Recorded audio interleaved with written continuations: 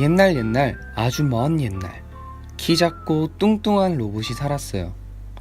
그 로봇은 말도 할 줄 알고 뛸 수도 있고 아주 똑똑한 로봇이었어요. 이 로봇은 자기 자신을 애지중지 돌봐주던 브랜디 할아버지에게 자신의 이름이 뭔지 물어봤어요. 브랜디 할아버지, 제 이름은 뭐예요? 그러자 브랜디 할아버지가 말했어요. 네 이름은 찰드였단다. 그러자 로봇은 궁금함이 가득한 얼굴로 물었죠. 그 이름은 누가 지어준 거예요? 브랜디 할아버지는 머뭇거리는 표정을 하고는 한동안 말이 없었습니다. 고요한 침묵이 흐르고 잠시 뒤 할아버지는 침묵을 깨고 대답을 했어요.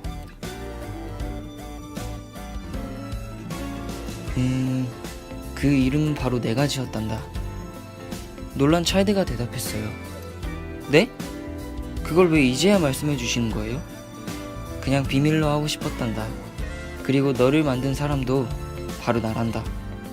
찰드는 할아버지에게 너무 감사하다며 할아버지를 꼭 안아주었습니다. 그렇게 시간이 흐르고 찰드는 산으로 사냥을 하러 나갔어요. 그런데 산에서 어디에서도 보지 못했던 괴물이 나타났어요. 괴물은 찰드에게 빠르게 다가오고 있었죠. 찰드는 너무 무서워서 화살을 쏘았습니다. 그러나 그 화살은 괴물에게 어떠한 타격도 주지 못했어요. 찰드는 빠르게 도망을 가기로 결심했습니다. 찰드는 재빠르게 도망을 가다가 그만 돌에 걸려서 넘어지고 말았어요. 괴물은 찰드의 눈앞에 와 있었고 괴물이 찰드를 공격하려는 순간 찰드가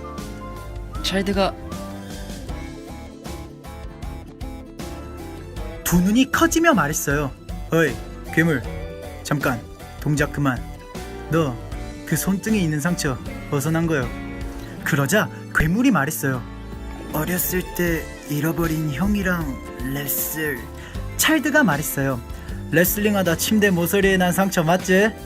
그러자 괴물이 놀란 표정으로 아니 네가 이걸 어떻게... 그 말을 듣고 찰드가 말했어요. 나도 잘 모르겠어.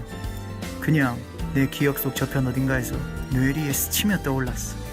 설마 네가 내 동생인 건가? 괴물이 말했어요. 무슨 말도 안 되는 소리야. 그럴 리가 없잖아. 맞아, 그럴 리 없지. 사실 뻥이야. 이때를 노린 거야. 순간 찰드는 자신이 수년간 눈이 오나 비가 오나 이크 에크를 외치며 브랜디 할아버지와 갈고 닦은 택견 필살기 도끼질로 괴물을 수쓸 수 없게 만든 후 최후의 노래를 불러줬어요. Mama, just kill the man.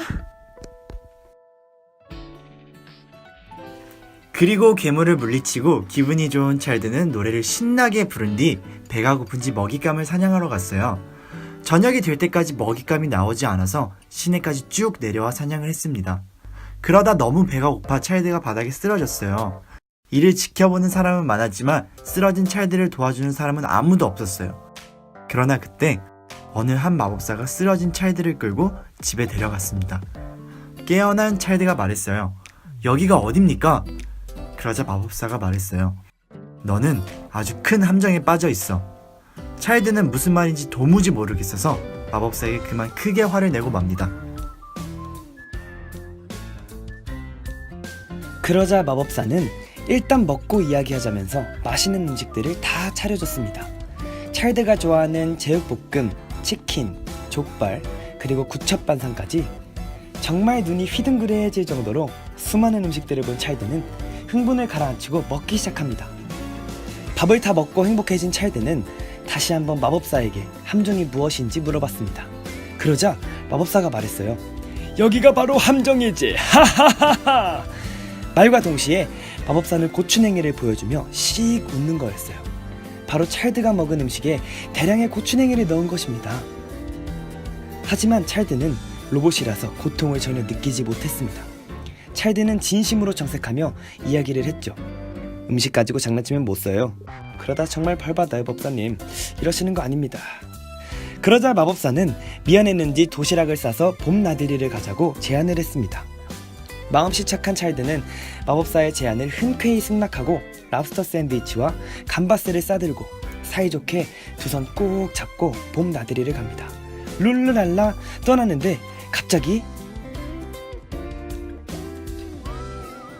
토네이도가 몰아쳐서 찰드와 마법사가 저기 저 외딴 섬으로 날아가 버렸어요. 섬에서 정신을 잃고 있다가 깨어나 눈을 떴는데 글쎄 찰드의 몸이 엉망진창이 되어버렸죠. 로봇인 찰드의 몸은 부서져 버린 거죠. 인간의 몸은 시간이 지나면 치유가 되지만 찰드의 몸은 부품이 필요한 상황이었죠. 하지만 여기는 외딴 섬이고 찰드를 도와줄 사람은 마법사 말고 아무도 없었어요. 살고 싶은 찰드는 도와주세요, 도와주세요 소리치기 시작했어요. 하지만 이 외딴 섬에서 찰드를 수리해줄 사람이라곤 그 아무도 없었죠. 절망에 빠진 찰드에게 마법사가 한 가지 제안을 했습니다. 이봐 찰드, 내가 너에게 한 가지 제안을 할게. 너의 부서진 몸을 치료해주는 대신 나의 어둠의 마법을 같이 해보는 게 어때? 찰드는 부서진 몸을 힘들게 이끌며 수락했습니다. 마법사는 찰드를 치료해주면서 어둠의 마법 조력자가 된 찰드의 몸을 더 강하게 만들면 자신이 더 큰 어둠의 마법을 얻을 수 있다고 생각했죠. 그 사실을 모른 찰드는 로봇의 형태가 갖춰질수록 전과는 다른 힘을 느끼며 신기했습니다. 몸이 회복된 후 마법사는 어둠의 마법을 진행하기 위해 찰드를 알 수 없는 곳으로 데려갔어요. 그곳에 다다른 찰드가 어둠의 마법이 무엇이냐고 물었습니다. 망설이던 마법사가 입을 열었어요. 엘히자코마콜레, 이 주문을 외우면 이 모든 세상이 내 것이 될 것이다. 위험을 감지한 찰드는 주먹을 꽉 움켜쥐기 시작했습니다.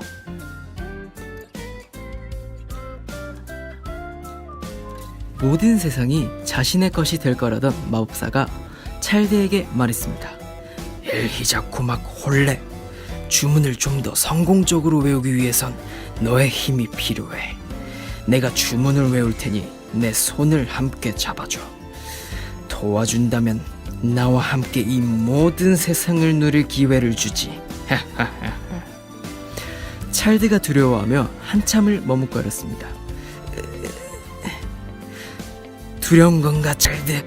이 주문 한 번이면 너와 나만이 이 모든 세상을 맘대로 누릴 수 있는 절호의 기회인데 정말 두렵단 말인가?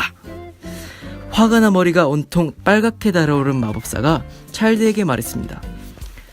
마법사의 말을 들은 찰드가 갑자기 뭔가 결의에 찬 표정으로 대답했습니다. 알겠습니다. 마법사와 찰드 둘이서 손을 마주잡고 마법사가 주문을 외우기 시작했어요.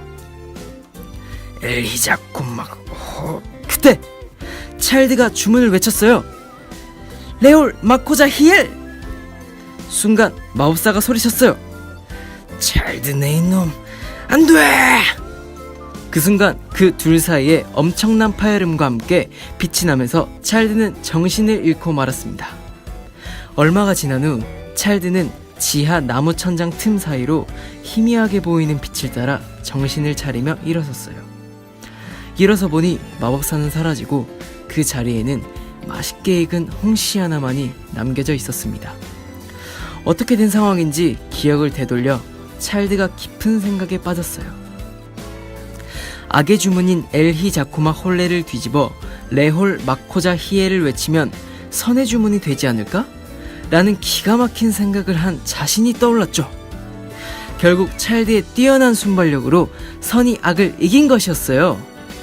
찰드는 다시 브랜디 할아버지와 행복한 삶을 살 수 있게 됐다는 희망과 자신이 마법사를 물리쳤다는 뿌듯함을 느끼며 기분 좋게 바닥에 놓여진 홍씨 한 입을 베어 물었습니다. 그런데 그때 로봇이었던 찰드의 미각이 살아났습니다. 너무나 행복한 나머지 찰드는 외딴 섬의 열매들을 다 먹어버렸어요. 마지막 하나 남은 산딸기를 맛보려고 하는 순간 마법사가 토네이도를 타고 날아올 때 실수로 흘린 주문서를 수풀 사이에서 발견했습니다. 그 낡은 주문서에는 고도의 집중을 하고 절실함과 진심을 다해서 큰 목소리로 주문을 외우면 이루어진다 라고 적혀 있었어요. 그걸 본 찰드가 생각했죠. 집으로 갈 수 있는 귀한 주문이다. 찰드는 하루 온종일 주문을 외웠지만 쉽게 이루어지지 않았습니다. 지친 마음에 포기하고 외딴 섬 갓길을 외롭게 걷던 찰드는 문득 외롭게 혼자 계실 브랜디 할아버지가 생각났습니다. 할아버지께서 걱정하고 계실 마음을 생각하니 꼭 돌아가야 한다는 생각이 간절히 들었죠. 찰드는 숨을 깊게 들이쉬고 주문을 외웠습니다. 나 돌아갈래! 파치칙 파칙 시공간 뒤들 세상 뒤쪽나는 것 같은 번쩍 낯선 곳에 쓰러져 있는 찰드. 여긴 어디지?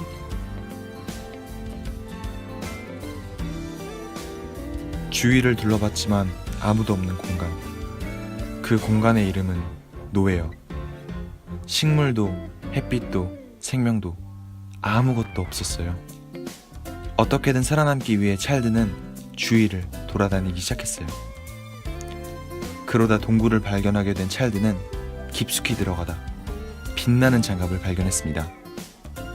호기심이 발동한 찰드는 장갑을 껴봤어요.